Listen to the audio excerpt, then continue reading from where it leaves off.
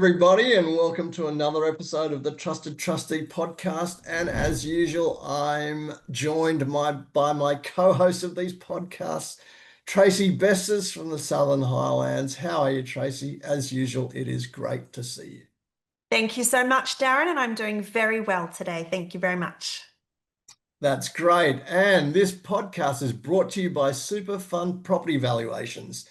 Take the tension out of tax time by making Super Fund Property Valuations your number one choice for all of your SMSF property valuation requirements.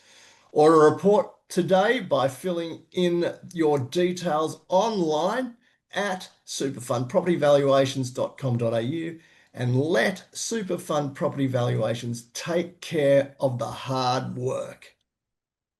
And as I always say, valuations are particularly important, especially seeing as we've crossed the 1 July 2025 timeline, which is supposed to be when the Division 296 tax is being implemented or taking effect. Whether or not that will happen, I don't know.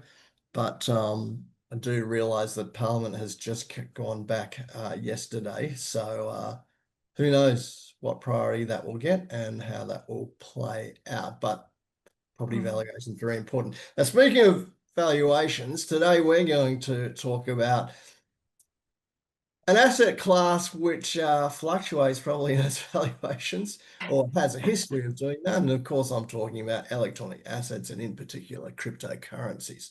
So we're going to go through that. It's a very interesting area. I think it's probably going to gain more importance in the SMSF space. I know Tracey's going to take us through some statistics, but a lot of the statistics around establishment these days, you see the demographic of people starting up their own SMSFs dropping. And if you join some of the dots together, some of the stakeholders in the industry are actually recognizing that part of the phenomenon is that they want to actually invest in cryptocurrency. And of course, it's probably more popular among the younger generations than it is in the crusted old generation like myself. So having introduced it like that, Trace, what are some of the statistics around SMSS and cryptocurrency investments? Yeah, I love the intro, Darin. I love the intro in terms of the modern world of cryptocurrency and SMSFs. And it's interesting to look at some of the stats because certainly we are seeing a lot of SMSFs established now. And one of the main reasons is, people want to get into crypto. And I think it's about 1/3 of Gen Z hold some form of crypto, and not necessarily saying that's in SMSFs, but overall. So we are seeing, the Gen Zs, at least of the world, more interested in crypto than perhaps the older generations. Now, currently, March 2025 stats show that there's $1.675 billion held in SMSFs in crypto. So we certainly are seeing, quite an increase over the last decade of money sitting in cryptocurrency. And crypto could be crypto or non-fungible tokens or some sort of digital asset. It's not necessarily Bitcoin, for example, just one element of crypto. So the other stats that I looked at, which aren't necessarily SMSF related, but we have about 3.9 million people in Australia who are invested in some form of crypto, and another 1.3 million thinking of investing in crypto within the next 12 months. So of the people that are invested in crypto though, 42% of them have some of their crypto holdings in their retirement savings. So that's the kind of lead into the fact that SMSFs are probably, I think SMSFs are not seeing crypto as a unique asset anymore. It's really becoming more mainstream. So it's important for us to understand, what does it look like to have crypto in your SMSF and what are some of the things we need to be careful of? Yeah, I think that listeners will probably notice a shift in mindset in this sector as we move into the future. I think previously the attitude has been, and I'm not suggesting that this is right, but I know that previously the asset class has been viewed as very volatile. It then gets associated to being too risky, and then the conclusion is don't bother to have it in your SMSS. But I think A more sophisticated analysis now is required for it because people are pushing Yeah. ahead and setting up their own SMSS with the view to actually holding crypto. A bit like previously, it was probably the residential property phenomenon. Well, I'm Yeah. not suggesting it's shifted entirely yet, but it's trending towards that way that these new asset classes are going to have to be taken more seriously by the sector. So of Mm. course that comes to you got to have a strategy around it, don't you, Tracy? As with Yeah. anything, as we've discussed in the past, that it's got to be part of your investment strategy, and your trustee has to allow you to invest in these types of assets as well. So Absolutely. that's a very important consideration, isn't it? Yeah, it is, Darin. And that's the first part to look at. So let's say that you have a self-managed super fund already. Before you actually start thinking about the crypto investment, just like any other asset, we really need to make sure that the trust deed does allow it. And I'm not specifically saying that you have to have wording in your trust deed that says we are permitted to invest in crypto. It could come under the other asset bracket, but you certainly need to make sure that there's no prohibition against investing in crypto or digital assets. So the first port of call is the trust deed. The second, of course, is then the investment strategy. And this is probably where most funds would get caught up. The trustees that we see these days, Darin, they're much more flexible than they used to be. So there should be another asset clause in the trust deed, which would potentially allow the crypto, but the investment strategy probably will not unless it's specifically mentioned. So the investment strategy needs to have a mention of cryptocurrency or digital assets. There's still this, argument in the world around should you have asset ranges in an investment strategy or should you not have asset ranges? I'm on the you should not have asset ranges side of the fence. But I, reviewed an audit report just the other day that the auditor was in the management letter was basically suggesting that that particular fund should have asset ranges. So, there's still an argument both ways there. But if you do have, crypto in your fund, it has to be in the investment strategy, and you need to cover off some of the risks around that crypto holding as well. So we'll get onto storage in a little bit, but if you were going to have cold storage of the crypto, then that should be that the risk management of cold storage is something that should be mentioned in the investment strategy as well.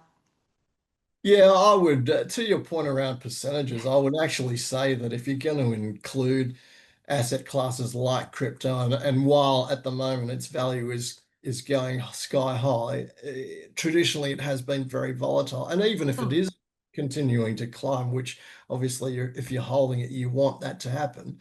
But if you do have a percentage in there, it would be pretty easy then for it to exceed if you've got a conservative, say, I only want to put 5% of my portfolio in there, that could easily exceed that if the trajectory of value continues to climb on a consistent basis. So you would almost say that maybe electronic assets are definitely a deterrent to include percentages only because they move so fast that Yeah. you don't want to be forever changing those percentages No. to make your fund compliant. So maybe it is that if you're looking at these assets, then percentages are completely, you don't need them, so why bother to put them in there? Yeah, totally agree, Darren. And I think that is the risk is that if you do have a set percentage, like 5% or 10%, or heaven help you if you have 90% or more, and that's probably not a great thing to do. But anyway, each to their own. That's the part of having an SMSF. You can choose your investment strategy. But if you were to have a set percentage, I think you are running the risk of breaching your own investment strategy, which of course will be pulled up at audit stage. So the main point is that it must be included. If you want to invest in crypto and it's not included in your investment strategy, you're certainly going to be breaching the governing rules by investing in something that is not mentioned in the investment strategy. So those two points to start with. The next thing, I guess, from an acquisition of crypto perspective, Darren, is you have to have a separate crypto account.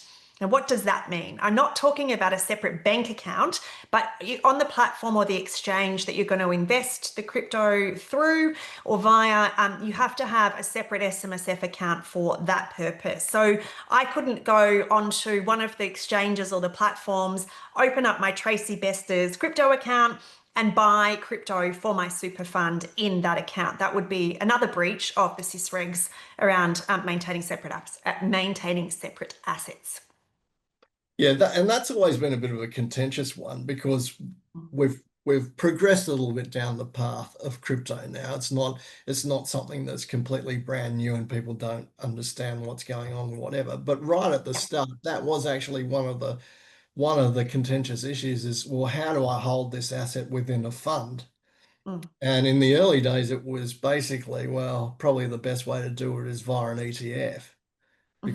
because that's just an investment vehicle that you can participate in the asset class uh, through. But with more exchanges coming online and on board, I think there are more solutions now. But it still is the number one thing. You can't, and it's not just crypto. I mean, this is something that we've discussed with residential properties that you can't Yes. buy it in your own name. It's really important to make that delineation. Otherwise, again, you'll be in a whole lot of hurt.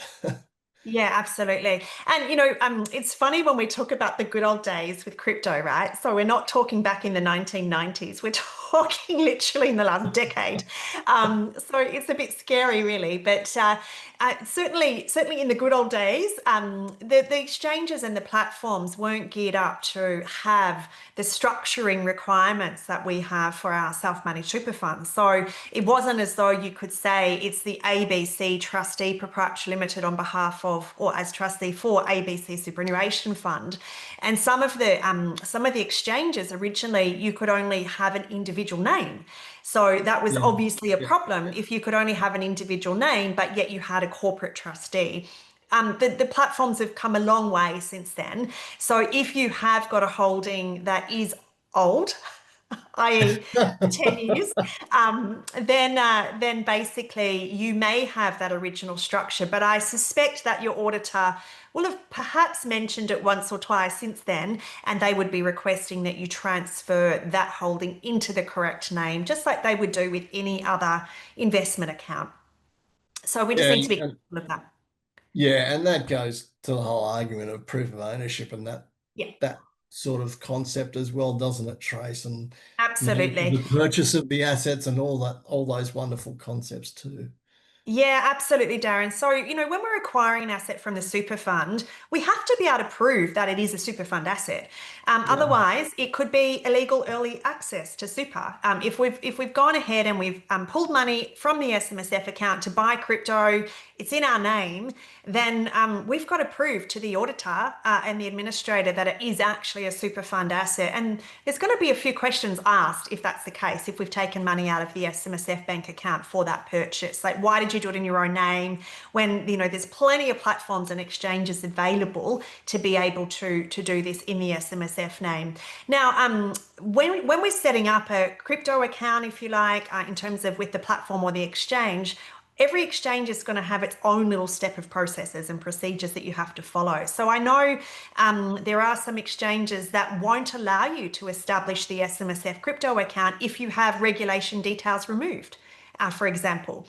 On the SMSF lookup. So even though that's got absolutely nothing to do with what you can invest in, if that regulation details removed or pending is sitting on the SMSF lookup, then you'll be prevented from physically opening the actual crypto investment account. So there's little things that you have to be mindful of. If you're late in, a few weeks late in lodging your SMSF return, that's going to be an issue for you.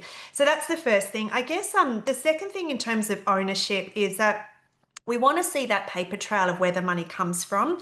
And there's loads of questions on the forums around dealing with particular types of banks. I probably don't want to mention them on the podcast, Darin, but there's Not by particular name. banks. We're not going to name and shame anybody. No. There's particular banking organisations that won't allow you to transfer money from the cash account sitting with that bank into a crypto account. So you do also need to be careful and be mindful of that particular restriction, and work with your accountants and administrators on how to, get around that in terms of maybe having different bank accounts to be able to enable that transfer. But they won't allow you to put that BSB, an account number, or BPay details, I should say, for a particular crypto exchange or exchanges, and take money out of that bank account. So if that's what you want to do, and you can't actually get the money into the exchange to start with, then that's going to be a bit problematic, I would assume. Well, I wasn't actually aware of that, but Yeah. that's yet another consideration around electronic banking that no doubt trustees Mm. have to look at. And Mhm. it's kind of ironic, isn't it? I thought electronic banking was supposed to make our lives easier, and I understand that they have to put safeguards in place. But again, there are these little hurdles, a little bit like transaction limits on your Yeah. electronic funds transfers with the bank account, and that can be a severely limiting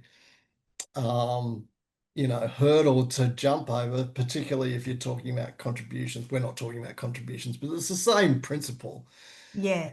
You know, be aware of these things that the banks require you to satisfy, and don't Yes. just think that, oh yeah, that's pretty good. I can just do this and hand it over. No, like anything else around any of these strategies, it does take, a proper mindset and a proper compliance Yes. mindset to Yeah, really absolutely, Darin. execute And these I, things. I think the other one, just to be careful of, I guess, is if you want to try and, so just talking about that issue of transferring money into the crypto exchange or the platform, if you want to try and then use your personal account and then reimburse yourself immediately, because that has been a potential solution that has been, put out there, just be very careful that you can actually show that proof of ownership properly, and that that's going to be accepted by the auditor, because the last thing you'd want to have happen is that you actually put money from your personal account into the SMSF crypto exchange account, if you like, and that is potentially treated as a contribution, and then you reimburse yourself, and that's treated as an illegal early release. So that would be worst case scenario, because you may not have any contribution caps. So that might be something that's an issue on the front end, but on the back end, taking money out of a super fund to reimburse yourself, but it's not accepted as a reimbursement, is going to have all sorts of issues. So if you want to do that, just, talk to your administrators, and the accountants will contact the auditors or talk to the auditor, and hopefully get that sorted from the front end. So of course, you don't want to be caught out with illegal early access. As we always say, Tracy, it's, obviously always prevention is better than any cure that you might find if you find yourself in those situations. Now, one of the more 100%. contentious things in the history of crypto has always been storage, and how risky some of those storage options can be, and Yeah. probably how confused people are about hot wallets and cold wallets. I mean, they're the sort of descriptions that you get with your options. So Yeah. let's have a look at what's a cold wallet versus a hot wallet. Yeah. Who would have thought, Darin, that we didn't have enough jargon in the SMSF space? So let's add on crypto, and then we've got a whole new set of terminology to learn. So, and I've written this down because it's one of those things that I have to actually get in my mind every time I talk about it. So, we've got a concept of a cold wallet or a hot wallet. Now, a cold wallet is something that is offline, or designed to be offline. So think about a piece of paper.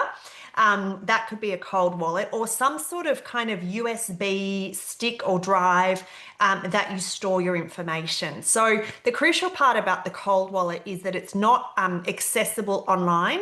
However, if you plug a USB drive into your computer, of course, that is going to make it accessible as part of the computer drive. So cold wallet is one part of the storage side of things. A hot wallet is where it's something stored online. So whether that's via your platform or exchange that you're trading on, or whether it's some other online storage capability, that's kind of the hot wallet. And there are particular organizations that provide this hot wallet access, even though you might not be trading via that particular exchange or platform, which is the more risky version. We should have a poll. Is it a cold wallet or a hot wallet? And what's going to cause more of an issue? Well, and of course, that's what people are going to have to weigh up. I suppose Mm. in some ways, the hot wallet, you could argue that you're placing your security or the security of your Bitcoin in the hands of what should be an expert Yeah, organization in handling these things, whereas the cold wallet, that's entirely up to you. Now, the worst thing about the cold wallet, and I think a lot of people have been talking about this, is that if it's, say, for example, you store it on your hard drive and your computer goes bung and you can't retrieve the hard drive information, your crypto's gone. heartbreaking. Similarly, Heartbreaking. if you've got it on a USB stick and you lose that, gone.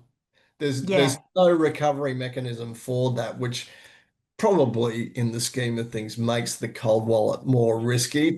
Obviously, that depends on whether or not you have absolute confidence in whether or not you can manage that arrangement. yes, But to me, with technological things potentially going wrong, I reckon that's pretty risky because I mean, as an SMSF trustee individual, do you regularly back up your hard drive? Oh, I don't. yeah, I probably don't, but I've got a server that does that for me. So any exactly. information is duplicated on that. But the average punter out there, how often do you back up your hard drive? So Yeah, exactly. if these things go, basically it's gone. Forget it. Yeah. Which is, I mean, it's like any investment. You don't want it to just go down the drain like that. So that's No. really important stuff. Absolutely, Darren. And I was having a chat with someone a few months ago who shared a story about a mate of theirs who maybe had four Bitcoin, like entire Bitcoin, and or it was either four or six, and they literally lost the cold wallet. It was on a Mm, computer. They upgraded computers multiple times. Bought it in the very early days. What's this Bitcoin stuff all about? Let's yeah. throw some money at it. And then imagine, a decade down the track or 6 or 7 years down the track, and you have four Bitcoin and how much money that's actually worth to that person. Now, that wasn't inside an SMSF because that's also going to have other issues around, well, what was your risk management part of your investment strategy? And, we talked earlier about your investment strategy and having your risk management piece if you are going to store in a cold wallet. So you do have to be careful about how you actually store these things. And the auditor is going to be very uh, interested to see what your storage mechanism is if you do go down the cold wallet path. Now, on the same hand, hot wallet seems like the easiest option, and certainly storing it on the exchange is probably the most easy option. But the issues of cybersecurity, Darren, how many of us have Qantas accounts and potentially had some of our information shared Yeah, without our permission in that. So I you think did. these organizations. Yeah, me too. Me too. So we think that these organizations have much higher levels of cybersecurity than we can ourselves, but we're not immune to potential issues at that end either. So it really is a decision for the trustees to make, and just to really have their reasoning for what is going to be sitting in a cold wallet or a hot wallet. Most of the ones I see are hot wallets. They're not sitting in a cold Yeah. wallet arrangement. It's sort of piece of paper that we have to try and repeat. And so if that's the case, then the next stage is, well, how much information is the auditor going to be asking for to prove that storage and that ownership if it's sitting in a hot wallet? You're certainly not going to give your auditor kind of access to your account so that they can log in and see it. So it's really a matter for the auditor and you to work out what information they will be happy with. Now, there's a concept also around public and private keys Yeah. as well. I Yeah, I there's a technical. I absolutely know nothing about this. So can you Yeah. talk us through what that means? Yeah, sure. So on very basic terms, because there's a whole lot of stuff that I don't know about this crypto business either.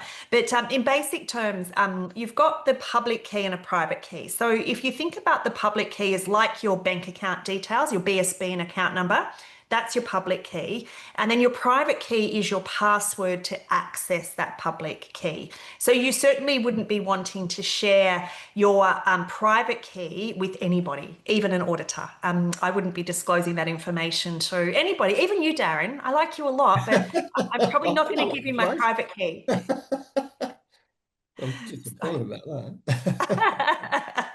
But the public key, BSB account number, private key, password to access that. So there's multiple levels of security.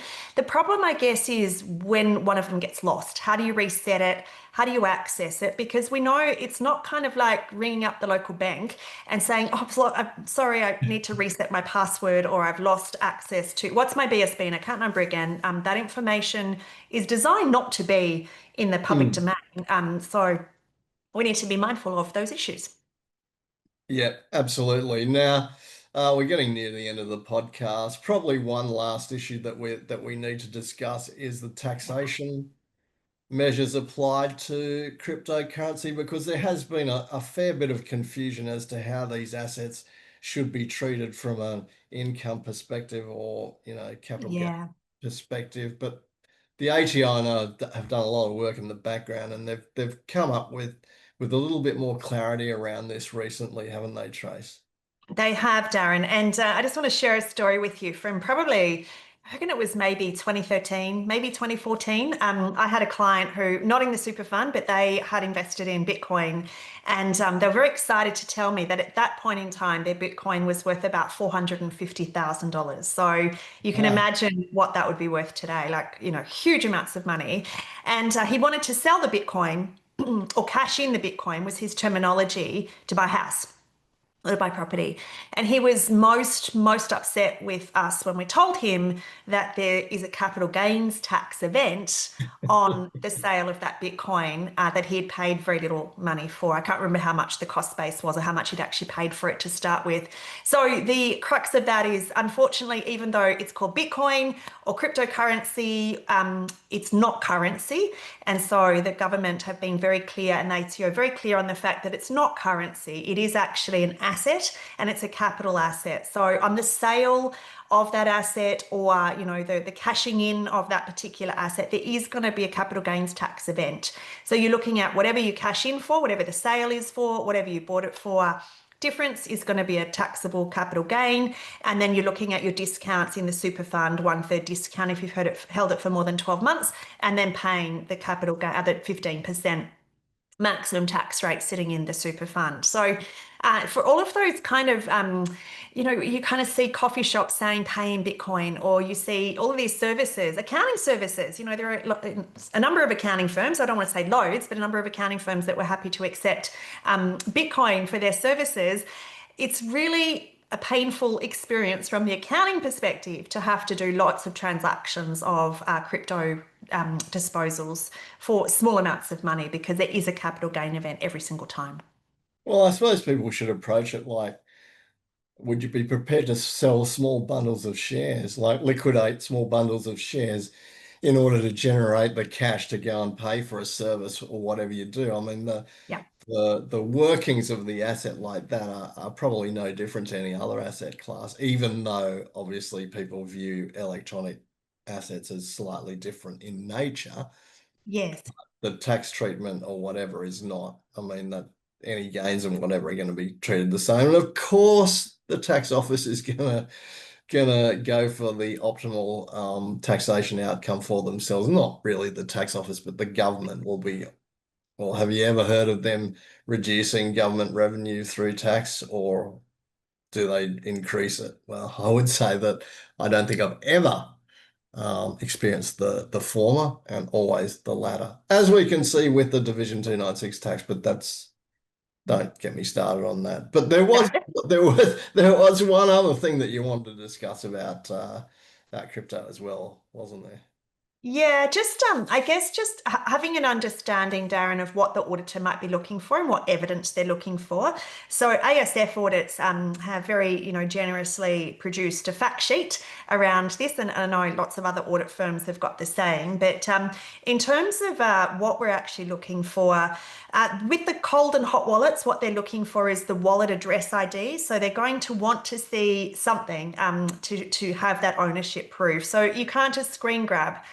Here's a picture of my crypto. That's not going to be enough. They want to see the address ID. They want to see the full year transaction history. So you can't just give them end of year, because obviously if there are transactions and sale transactions, they want to see that. And also they want some sort of documentation, a declaration perhaps, to say that the wallet that you're declaring as the SMSF is actually the SMSF wallet. So they want a little bit further declarations around that.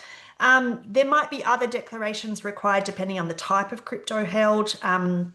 Want to know what the holding statements are. Is it in Australian dollars as opposed to US dollars, or is it Bitcoin money or Ethereum or Cardano or whatever all of the other crypto, I did well to name three of them, whatever the other cryptocurrencies are.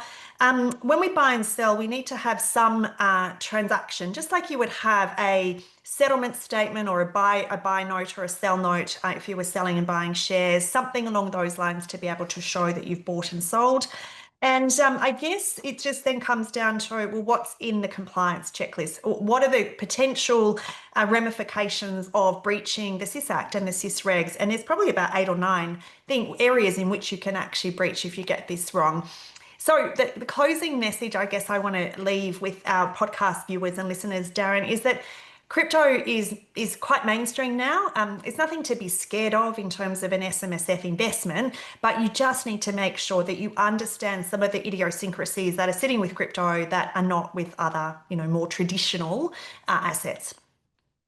Yeah, and if you're in any doubt that this is being taken more seriously, OKX, which is a cryptocurrency service provider, they've Mm. actually launched an SMSF Innovation Council to do with this. Yes. You mentioned ASF Audits. They're actually one of the partners on that initiative. And while it's only just been launched and it's obviously in its infancy, a lot of it has to do with greater education around digital assets, Bitcoin and those sorts of things, and how to include them in your SMSF, and probably a lot of the issues that we just discussed there. So I can't tell you whether or not there's a reference on the OKX website about this, but certainly if you want to search it out, do a Google search on it. It's called the SMSF Innovation Council. It's literally just been launched, so it will obviously evolve from this point in time, just like anything in this space. But it's certainly one thing to look out for, and that is definitely an indication with the parties involved that this sector is treating electronic assets and cryptocurrency as a Mm, serious asset class now, as it should, as it's evolving. absolutely. So that's just one to look at. Absolutely. I think that's a fabulous initiative, and it's really exciting to see the people who are, the founders or the initial boards people and association people that are involved with that. So I am following that closely as well. Indeed. Well, on that note, we'll wrap it up here with all things crypto that we discussed. So thank you very much for your time today, Tracy. It's been a great discussion. My pleasure, Darin. I look forward to the next one. Yeah, thanks again to our sponsor, which is Super Fund Property Valuations. Make sure that you get your valuations done through them because, as I say, very, very, very important to get that right, especially with everything that's going on with Div 296. Thank you also to my team for producing this and finalizing it and uploading it to all of our media platforms. But most of all, thank you to you for listening. Again, we hope you've enjoyed the discussion as much as Tracy and I have enjoyed bringing it to you.